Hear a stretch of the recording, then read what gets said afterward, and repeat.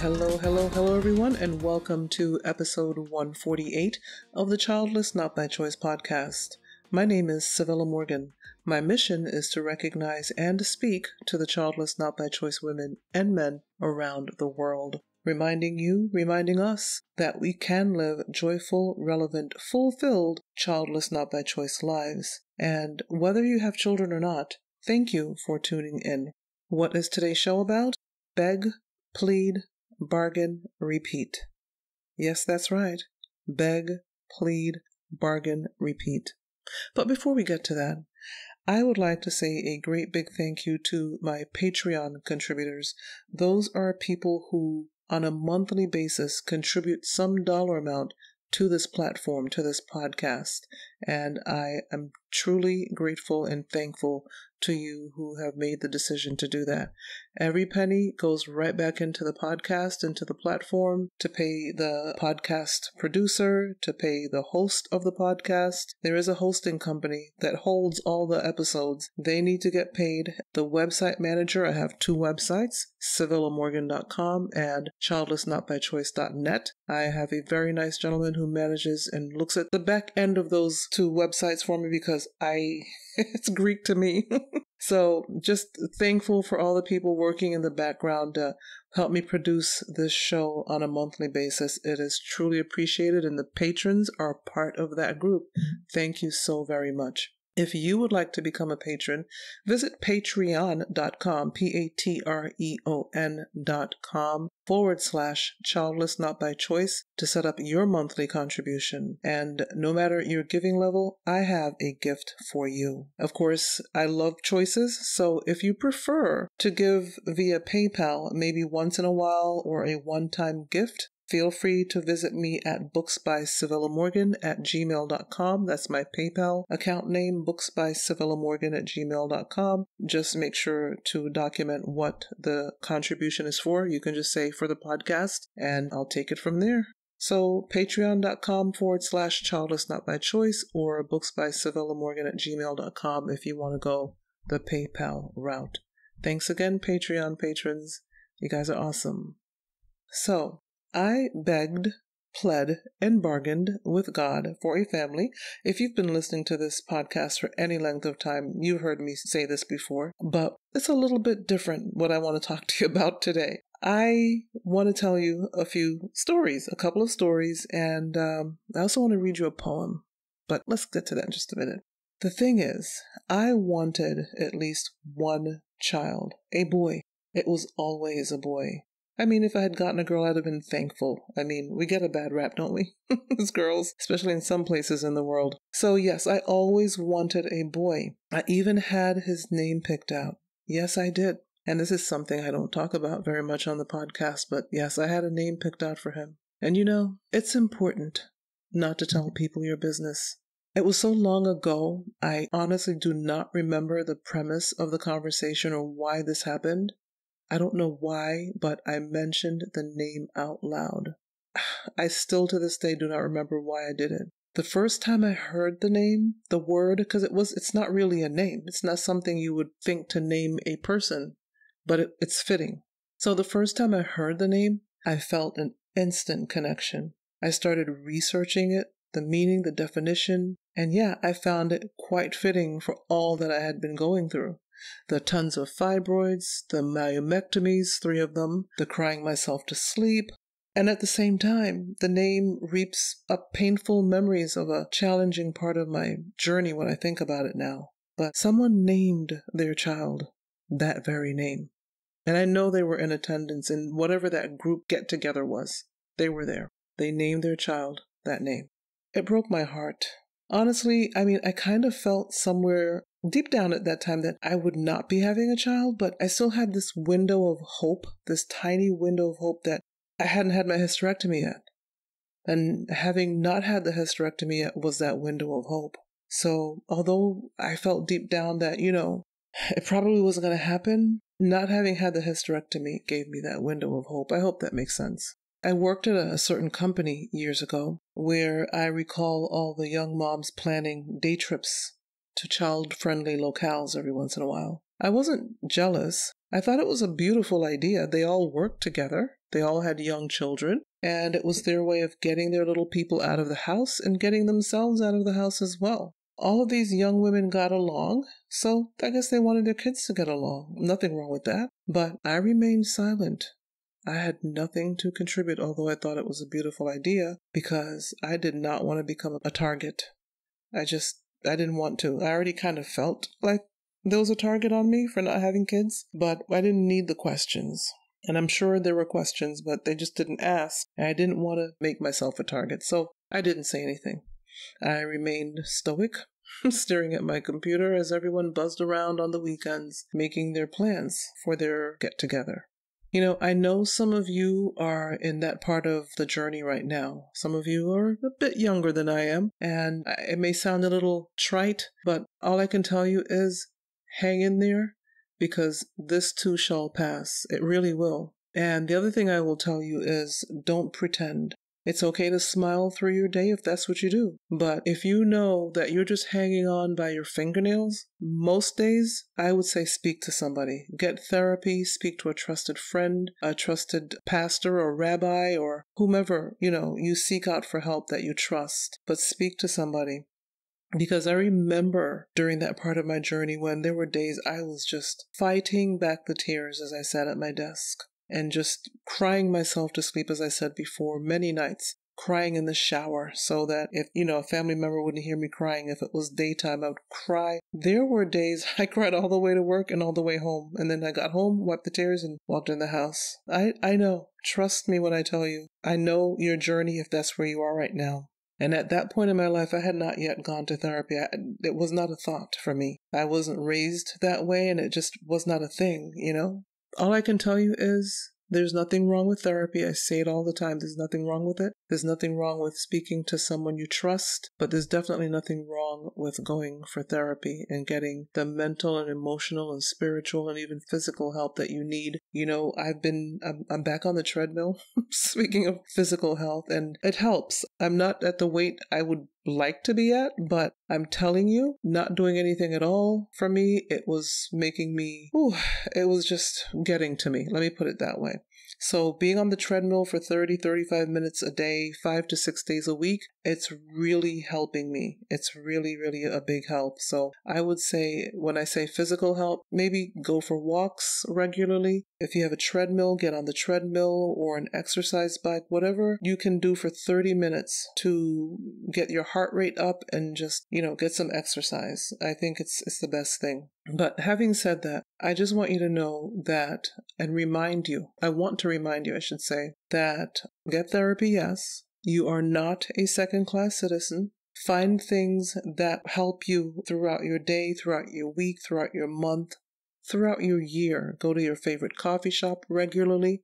Do these things regularly. Go to the museum, go to the beach, whatever is your thing. Find out what that is and go do it and try to get it done on a regular basis. And just remember that you are here for a reason. And if you don't know what that reason is yet, work on figuring it out this year, this new year, 2023. And just, remind yourself of all of the good things about you, all of the good things you are.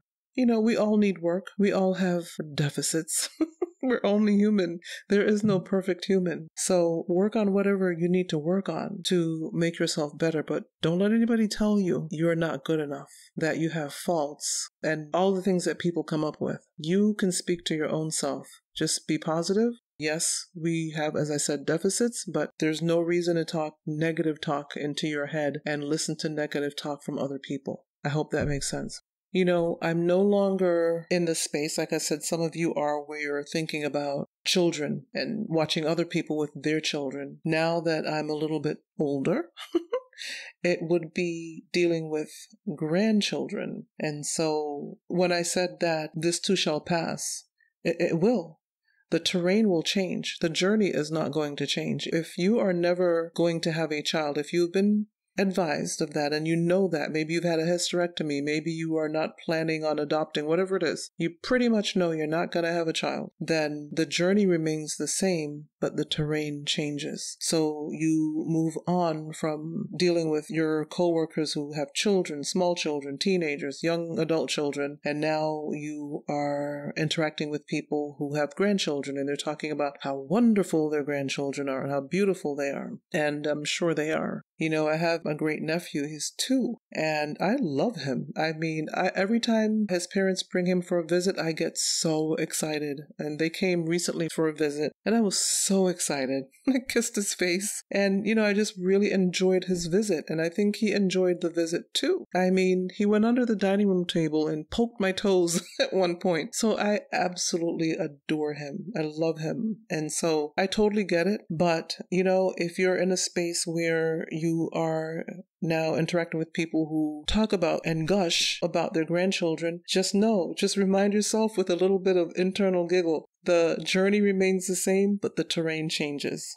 And now that you've been on this journey for a little while, you will always have that little missing piece in your heart, that little part that's just missing. That's just how it is. It's like grief, because that's what it is. It's grief. And just like if you lose a loved one and you miss that person on a daily basis, it's the same thing. It's grief. It's grief that you didn't get to have the kids, or it's grief that you lost a loved one. Grief means that there's a little piece of your heart missing, and then you have to make the decision to do the best you can with what's left of your heart. You know what I mean? Do the best you can with what's left of your heart, because what's left of your heart is still worthy. It's still beating. It's still caring for you. It's still a beautiful heart. It's just that a little piece left. That's what grief is. That's my thoughts on grief. That's my meaning, my definition of grief anyway. So keep in mind, the journey doesn't end. The terrain changes. What are you going to do about it? I do also strongly suggest that if you have not already, join a Childless Not by Choice community. I mean, you can join mine, the Childless Not by Choice with Civilla Morgan Facebook page. There are tons of other Childless Not by Choice communities out there with different voices now. There are other Childless Not by Choice podcasts out there now. The Childless Not by Choice community has grown exponentially over the last few years. We do exist, and we exist all over the world. We have different voices.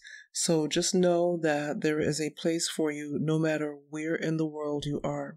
You know, as I recall the times of crying myself to sleep, as I listened to my biological clock ticking away, tick, tick, tick, tick, tick, begging God to answer my prayers as things got progressively worse. And then the time came for me to have a hysterectomy, and there was no answer, no response. Those are the times that I look back on with a modicum of pain, but you know what? I'm still here. So I believe my life events have strengthened me. I believe they've empowered me. And I know the same can be for you if you just hang in there, no matter where in the journey you are, and just know that. I know it's something that's probably overused. What doesn't kill you make you stronger. I'm not sure who said it, so I'm not able to attribute. I'm not going to look it up right now. I'll just say I'm not sure who said it, but I'm sure we've all heard it. And it's true. It really is. We're still here. So know that you are strengthened and being strengthened on this journey. That's what journeys are, you know. They are strengtheners. And you're being empowered in your grief and in your loss and in the way that your life didn't turn out.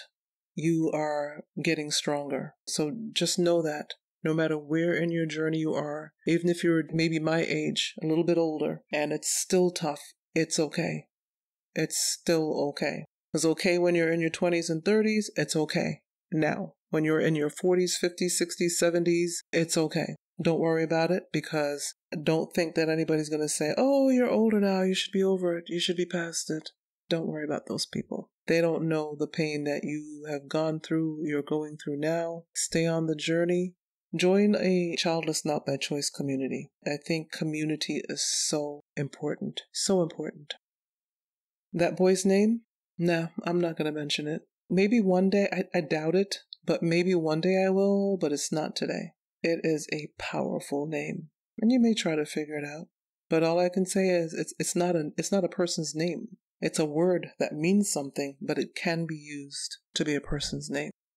I can say that my Childless Not by Choice experience and journey is based on that name. I got nothing out of my life that I expected or wanted, and I feel like a lot of what I wanted out of life was sacrificed to be here. So the name is very fitting, and I had to make the decision to push through, as I have always said on this podcast, almost every episode. I had to make a decision not to be bitter. You have to actively make a decision not to be bitter. It's a choice. It's an active decision. It doesn't just happen. If you don't make the decision, the results of life in general, will make the decisions for you. And life's choices and decisions, as we all know, are not usually good. We have to literally wash the lemons, cut them up, squeeze them into a pitcher of cold water with some vanilla or almond essence and some sugar. You have to literally, and stir it up, by the way, don't forget to stir it. You have to literally make the lemonade. Make the best of the life you have been given. That's all you can do. You can just not make the best, but like I said, life will make the choices for you. I don't want life making choices for me. It's done enough. Anyway, before I let you go, I want to read this poem to you. I was searching for a blank notebook to take notes in for a course I'm taking this year. It's just like an 8-week course. And the writer that I am, I have notebooks all over the place. Some of them are filled. Nothing else can fit in them. Some of them are still empty because wherever I go, if I see a cute notebook or a nice notebook, I buy it. I cannot help myself. I will buy it. So I was searching for a notebook to take notes in for this course, and I found a notebook that had not been written in yet. And I was so happy. I was so happy. I didn't have to go out and buy one. Okay, I found an empty notebook. But then there was a folded piece of paper sticking out. And I looked at the paper and it was dated June of 2004. I was like, that was a long time ago. June of 2004. And then I read what was written on the paper. And I was like, did I write this?